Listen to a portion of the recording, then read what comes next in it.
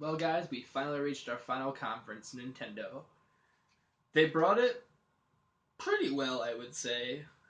Well, let's start off with what they showed. So the opening was a montage of ARMS, Pokken, FIFA 18, and Splatoon 2, and then they teased Rocket League, which was a major development.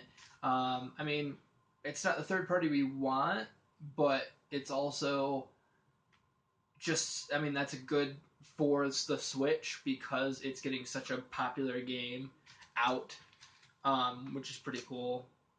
And then we moved right in to Xenoblade 2 gameplay. Get hyped because that looks awesome. I just need more JRPGs on the Switch, and I will be in. Because, I mean, I played Xenoblade Chronicles X. I'm not very familiar with it, with the series. I haven't played Xenoblade Chronicles, but it looks. I mean, every one of those games have gotten great scores, and I would definitely want to check them out. So Xenoblade Chronicles 2, and it's the art style is kind of like Tale like that from the Tales of series, which is pretty cool. But it had a holiday 2017 release date. We shall see if it sticks to that, because it's kind of a vague. In fact, a lot of these release dates are kind of vague release dates, except for Mario, which we'll get to later. And then next up was my boy Kirby is back. It looks a lot like Nightmare or not Nightmare in Dreamland, Return to Dreamland, on the Wii, which is pretty cool, and with more elements of the Crystal Shard on the N64. A lot of that mixing elements. Very interesting game that looks to be. Unfortunately, it did just kind of say 2018. We don't know if it's fall or early 2018. Again, they kind of put a lot of vague release dates, which really makes me wonder, it's just like, is it going to come out at that time? Shigeru Miyamoto, of course, always said that one quote: "Delayed game is bad forever," or "A broken game is bad forever. A delayed game has no chance to be bad." I don't remember what it exactly is, but I'm maybe paraphrasing. Then we saw some Pokken tournament, and then which wasn't the real news. The real news was when the developer at Game Freak came out and said, "We're working on early development in a new Pokemon RPG fully for the core console," which is awesome, especially for the Switch. It sucks that we still haven't got Sun or Moon on the Switch, but I would rather see a game made for the ground up on the Switch. And I'm not a huge Pokemon guy, so I mean, I used to be. My favorite is still Pokemon Crystal. It was my first one. But yeah, it'll be interesting to see what they do with that franchise on a console that happens to be a handheld. I mean, there's actually a lot of franchises I'd love to see that are 3DS exclusive or handheld exclusive to see what they do on the. I mean, Bravely Default, like, I mean, I know they're working on Octopath Traveler or whatever the hell that is, but uh, if they had some Bravely Default there, hmm. Then, of course, was the big announcement: Metroid Prime 4 is real and in development. That is all we got, but I will take it. I really dug Metroid Prime 2 when I was a kid. I played a little bit of the first one. Of course, I'm a huge Metroidvania fan, and that's because of Super Metroid and Castlevania Symphony of the Night, which is really cool. And then we got the lesser fun, but still kind of in the same vein of like Kirby. Yoshi is getting another game. It looks more of a Yoshi Stories type game than a Yoshi like Woolly World or a Super Mario World 2 Yoshi. It's more of like the N64 Yoshi Stories, which is fine. It's still that same feel. And then we got Fire Emblem Warriors. I don't know how I feel about this. I love Muso games. Muso games are so good, but they're so hit and miss as well. I mean, look at Berserk compared to. I think there was another one. What was the other one released that this year? There was Berserk and another one, and Berserk got like a really bad score, and then oh, it was Dragon Quest Heroes 2 got a really awesome score.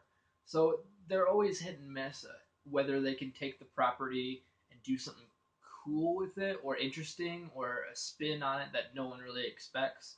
I mean, I think they did that pretty well with Hyrule Warriors, so they know Nintendo franchises. Um, but we will see when it comes out a fall 2017 release date. Again, with the vague release dates, I kind of wish that's overall what this E3 was missing to me was a official release dates for things. I mean, of course there was like Assassin's Creed and Call of Duty and the Scorpio, but like good majority of the release dates were just vague 2018, fall 2017, summer 2017. Um, yeah, I hope next year they can kind of you know crack down on those crack down on those um, types of things. I just would really like to see solid, even if it gets delayed, just a solid like this is when it comes out. Yeah. So then we went on to Zelda DLC packs. The first DLC pack entitled "The Master Trials." I believe it's some of the stuff we've already gotten. I'm not too sure, but they have a Trials of the Sword. There was a Master Mode mentioned, and new armor, of course. Then the big one was Champions Ballad. The Champions Ballad is what it's called. It looks to be what happened before. I mean, it was kind of vague on that. It looks like what happens before Breath of the Wild starts, which I don't know if they're going to take it from the viewpoint of each one of the champions. I guess they are, but we'll see. The Monster Trials had a June 30th release date, and the second DLC, the Champions Ballad, had a holiday 2017.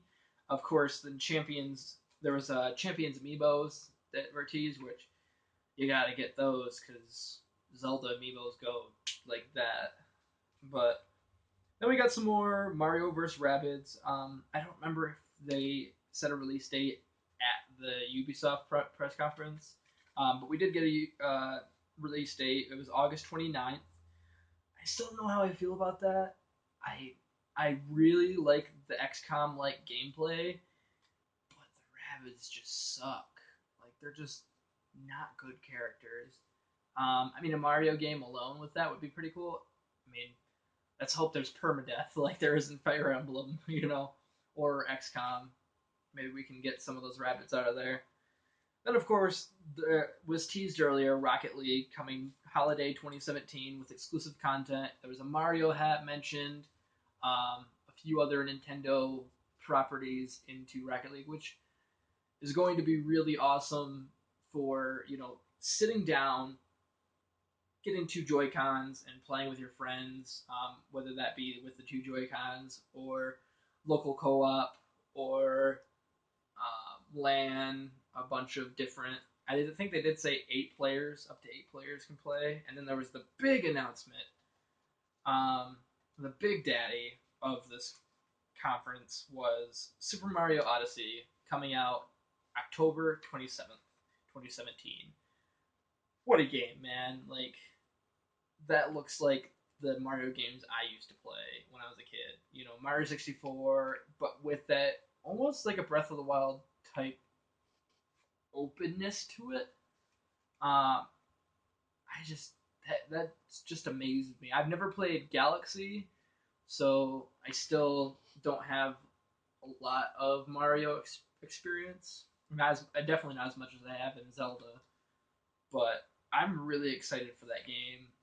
It comes out like I said, it comes out October 27th, 2017, which is interesting because a Assassin's Creed and Wolfenstein both chose that date, and the date, I think it's a week before, is The Evil Within 2, which is going to be a very interesting uh, week or group of weeks just to get things like it's like it is definitely a Horizon Zelda situation all over again. So, but yeah, that was the overall conference. What did you guys think? Are you excited for things like Metroid Prime 4? Did it just didn't do it for you? Is it like Beyond Good and Evil for you, where you've seen enough, like you need a little bit more? What's your thoughts on Mario Odyssey? Comment below on your thoughts, and you know, this is it. This is our last part of E3. Now we get to the show floor and to see what announcements. Something they did announce, which I don't know why. Two things actually they did announce before I go at the Treehouse event. After the event was Metroid: Samus's Return, which is a 3DS game. It's a 2D Metroid game. Why wouldn't you announce that at your conference? Like, that just seems like such a missed opportunity. I can understand they want Switch games there, but like, come on, like, that is such a huge announcement. And then Superstar Saga is getting a remake, which is awesome. For those that still have a 3DS, if you're going to want to release these things, why not show it in front of the entire public? I mean, it's not like their conference is long. It was like 30 minutes, but I don't know. Anyways, what did you think of the overall conference? Let me know. And as always, thanks for watching. Peace.